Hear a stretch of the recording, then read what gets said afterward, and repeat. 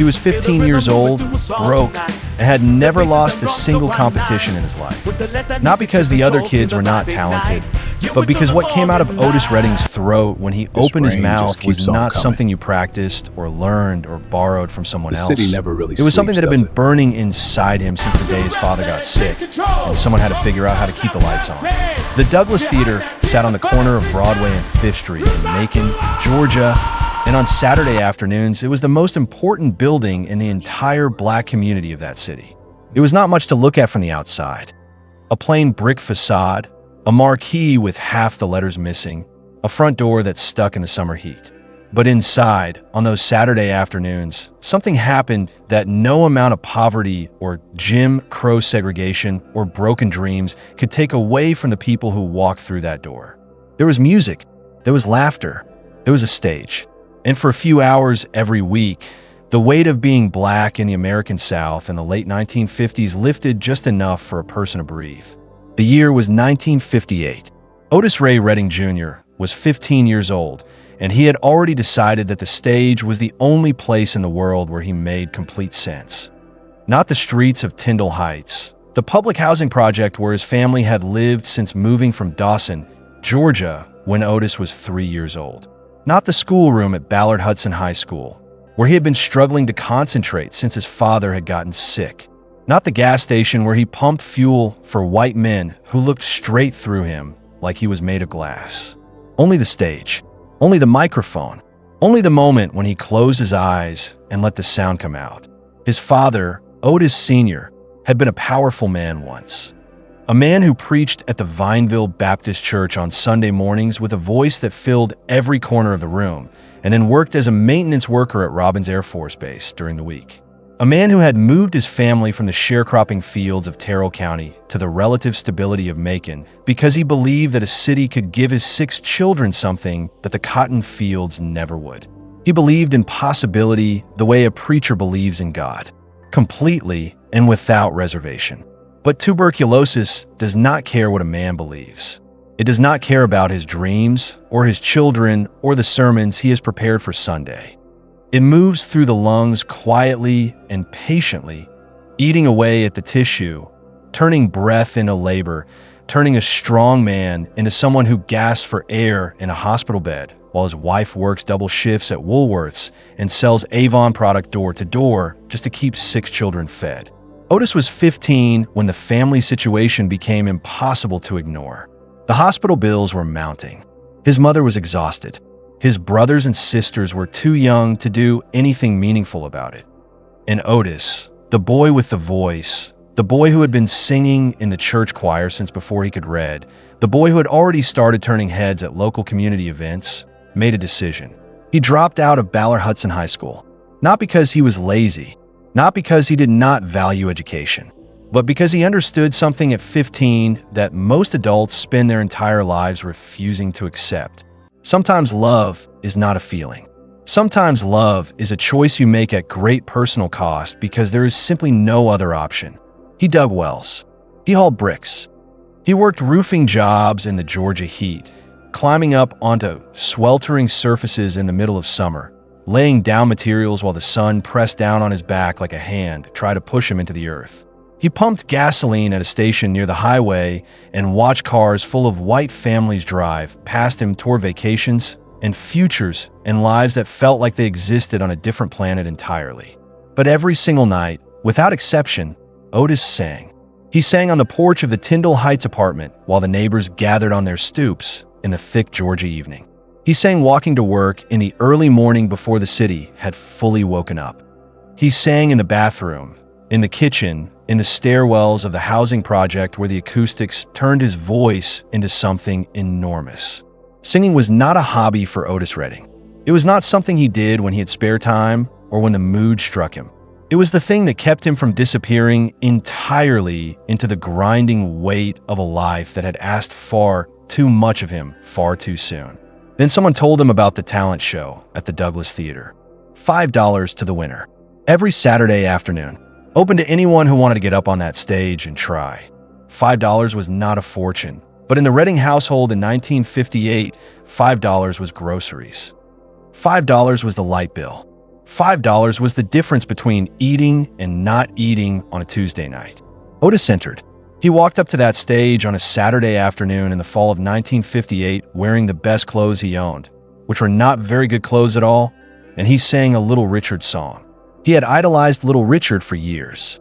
Richard Wayne Penniman had come from Macon himself, had grown up in the same city, had come from a world that Otis recognized poverty and gospel music and the desperate need to turn inner fire into something the outside world could see and feel. Otis did not just cover the song. He inhabited it. He threw himself into it the way a man throws himself into a river completely and without looking back. The crowd at the Douglas Theater that afternoon was not a sophisticated concert audience. These were working people, people who had spent their weeks doing hard things for little money. People who had been told their entire lives, through laws and signs and silences and violence, that they did not matter. These were people who knew, in a way that only people who have suffered deeply can know, the difference between a performance and the truth. And what they heard from Otis Redding on that stage was not a performance. He won the $5. He came back the next Saturday and won again. He stood at the microphone and sang with everything he had. And the crowd responded the way crowds respond when they feel something real, not with polite applause, but with the kind of noise that starts somewhere deep in the chest and comes out involuntarily, because the body simply cannot stay quiet when it hears the truth being spoken. Week 3, Week 4, Week 5. Each Saturday, Otis climbed that stage, and each Saturday the result was the same. The other contestants were not without talent. Some of them could sing. Some of them had trained voices and rehearsed routines and costumes that were considerably nicer than anything Otis owned. But none of them had what Otis had, which was a voice that sounded like it was carrying the weight of something real. Not a performance of emotion. Actual emotion. The sound of a 15-year-old boy who had watched his father lose his health, who had given up his own education to keep his family alive, who dug wells in Georgia clay and pumped gasoline under the summer sun and came home at the end of every day to a household held together by his mother's exhausted hands. When that boy opened his mouth and sang, you did not hear technique. You heard life. By the time Otis had won 7 consecutive weeks, the talent show organizers were starting to notice something. The other contestants were becoming discouraged. What was the point of entering when the same boy was going to win every single time? The $5 prize felt less like a competition and more like a weekly ritual in which Otis Redding collected money that was already understood to be his. Week 8, Week 9, Week 10. People in Macon started coming to the Douglas Theater on Saturdays specifically to watch Otis, not to see who would win. Everyone already knew who would win. They came because watching Otis Redding sing was an experience that was difficult to describe and impossible to forget. He did not stand still at the microphone. He moved. He swayed. He threw his head back. He dropped to one knee. He grabbed the microphone stand like a man holding on in a storm. And the sound that came out of him was not the polished, elegant sound of a trained singer. It was rougher than that, and more honest and more devastating. It cracked in places where other voices would have smoothed over the difficulty. It screamed in places where other voices would have retreated into safety. Every imperfection in Otis Redding's voice was, somehow, the most perfect thing about it. Week 11, Week 12, Week 13. By now, the $5 had become almost secondary. Otis was using the stage at the Douglas Theater the way a fighter uses a training gym.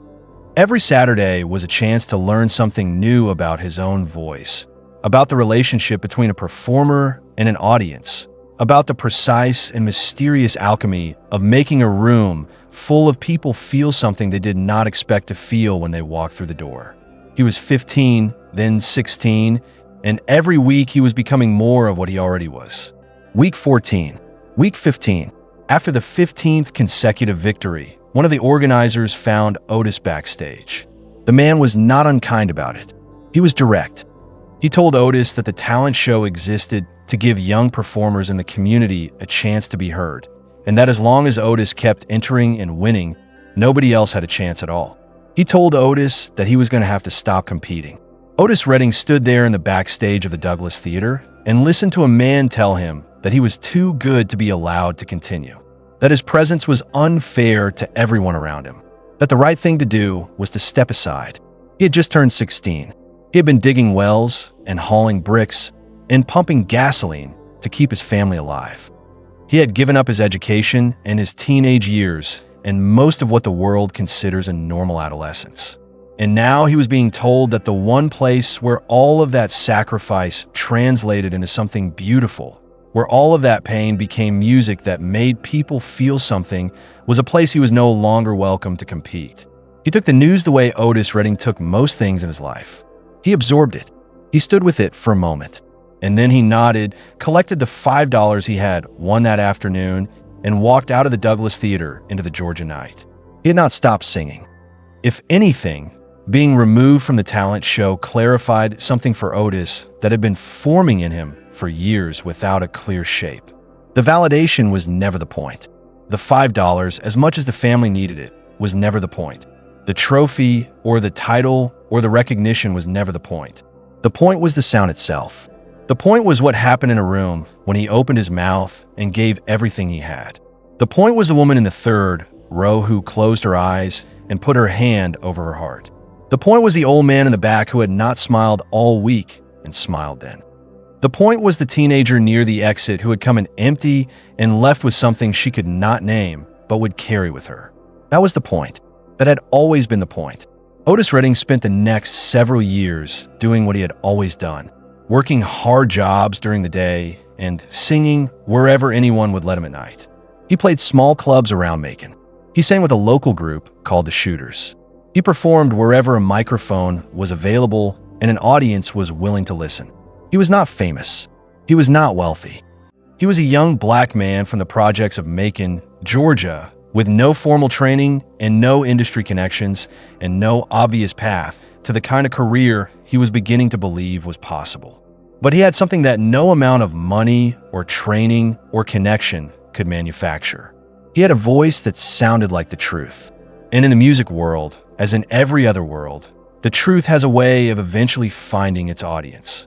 In October 1962, Otis drove guitarist Johnny Jenkins to a recording session at Stax Records in Memphis, Tennessee, because Jenkins did not have a driver's license. The session with Jenkins was not going well.